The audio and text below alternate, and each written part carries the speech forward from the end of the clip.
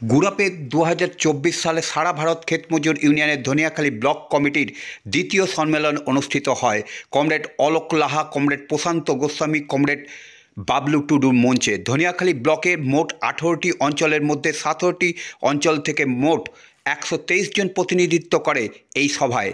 উপস্থিত ছিলেন সারা ভারত ক্ষেত মজুর ইউনিয়নের পশ্চিমবঙ্গ রাজ্য কমিটির সদস্য কমরেড স্বপন বটব্যাল। তিনি উদ্বোধনী অনুষ্ঠানে বক্তব্য রাখেন।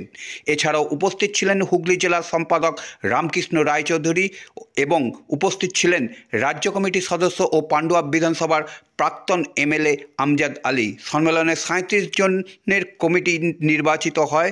সম্মেলন শেষে সভাপতি নির্বাচিত হয় সম্বা টুডু ও সম্পাদক জসিমউদ্দিন মণ্ডল।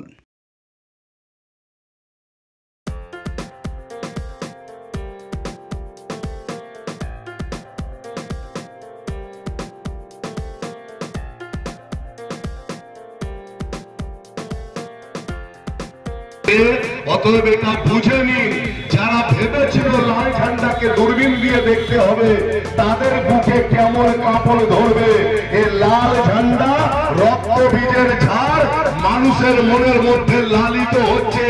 ওই গণতন্ত্র প্রেমী মানুষ যারা আমাদের তখন বুঝতে পারেনি আর আমরা বোঝাতে পারিনি 2011 সালে, সেই মানুষ অভিজ্ঞতা দিয়ে বুঝছে তৃণমূল কংগ্রেসের এই 13 বছরের রাজত্বকাল আর দিল্লির বিজেপি সরকারের এই 12 বছরের রাজত্বকাল, যা থেকে তারা বলতে শুরু করেছে এর চাইতে লাল ঝান্ডার সরকারটা অনেক ভালো ছিল, এর চাইতে আমরা ভালো থাকতে পারি যদি লাল ঝান্ডার সরকারটাকে ফিরিয়ে আনতে পারি।